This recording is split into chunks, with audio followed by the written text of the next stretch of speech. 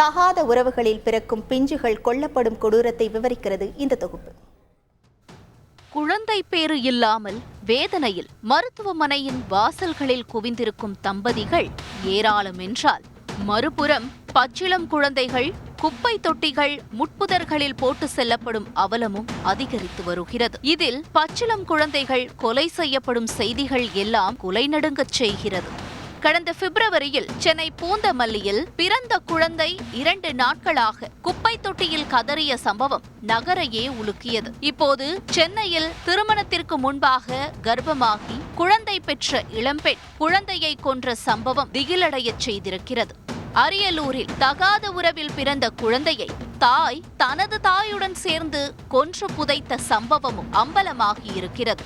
இவையெல்லாம் வெளியே தெரிய வந்தவை. இன்னும் வெளியே தெரிய வராதவை எவ்வளவோ என கடக்கும் சூழலில் ஏதுமறியாத பிஞ்சுகளை கையில் எடுக்கவே அச்சமாக இருக்கும். ஆனால் அந்த பிஞ்சுகளை பிச்சு எறியும் அளவிற்கு சமூகம் சென்றுவிட்டது என்பது வேதனையின் உச்சம். இதுகுறித்து நம்மிடம் பேசிய சமூக ஆர்வலர் ஷோபா, குழந்தையை கொல்லுவது மனிதநேயம் மடிந்துவிட்டதை காட்டுகிறது. செல்போனோடு நம் வாழ்வு செல்ல நாமும் உணர்வற்று போகிறோம் என்றார். இன்னைக்கு சமுதாயம் எதை நோக்கி போய்கிட்டு இருக்குன்னு பார்த்தீங்கன்னா, கண்டிப்பாக ஒரு சீரழிஞ்ச சமுதாயமாக தான் போய்கிட்டு இருக்கு. பெத்த குழந்தைய கொன்று தூக்கி போட்டாலா, இல்லை உயிரோடைய தூக்கி போட்டாலா? உயிரோடைய தூக்கி போனால் அதை நம்மளால நினைச்சே பார்க்க முடியல. மனிதர்களும் அவங்களோட உணர்வுகள் எந்த அளவுக்கு நம்ம மொபைல் ஃபோன் நம்மளோட வட்டங்கள் ஆர்டிஃபிஷியல் இன்டெலிஜென்ஸில் போணுச்சோ அதே அளவுக்கு நம்மளோட உணர்வுகள் இங்கே போயிடுச்சு. மனிதநேயம் அப்படின்றது போயிடுச்சு அப்படின்றத நான் சொல்லலாம். 10 மாதம் குழந்தைய வயிற்றுல வச்சிருக்கிறான்றது கூட தெரியாத அளவுக்கு அவங்க பெற்றோர்கள் இருந்திருக்கிறாங்கன்னா, அப்போ என்ன மாதிரி ஒரு சிச்சுவேஷனில் இன்னையோட குடும்ப உறவுகள் போய்கிட்டு இருக்குன்றது நமக்கு புரியலை. தொட்டில் குழந்தை திட்டம் இருக்குது. அந்த திட்டத்தில் அழகாக அவங்க குழந்தைங்களை போட்டுட்டு போயிருக்கலாம். ஆணும் பெண்ணும் மனதையும் வாழ்வையும் பகிரும் காதல் அத்தனை அழகானது. இன்று காமத்தை நோக்கியதாகவே இருக்கிறதா என்ற கேள்வியையே பல சம்பவங்கள் எழுப்புகிறது. இன்றைய சினிமா வெப் சீரிஸ்களில் யதார்த்தம் என்ற பெயரில் காதல், காமம், கருக்கலைப்பு, ஆபாசங்கள் எல்லாம் எல்லை மீறுவது, வன்மங்களை ஊக்குவிப்பதாக கடிந்து கொள்கிறார்கள் சமூக ஆர்வலர்கள். மறுபுறம் இது தனிமனித ஒழுக்கம் என சொல்லும் உளவியல் நிபுணர் அபிலாஷா, இந்த சூழல் தடுக்கப்படவில்லை எனில் எங்கும் பரவும் என எச்சரிக்கையை முன்வைக்கிறார்.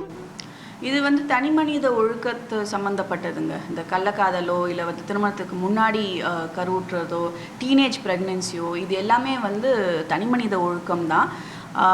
இது நம்ம அவங்க பர்சனல் ஸ்பேஸ்க்குள்ளே போக முடியாது. ஆனால் ஒரு குழந்தைன்னு உருவாகும் போது டெஃபினட்டாக கேர்ஃபுல்லாக இருக்கணும்.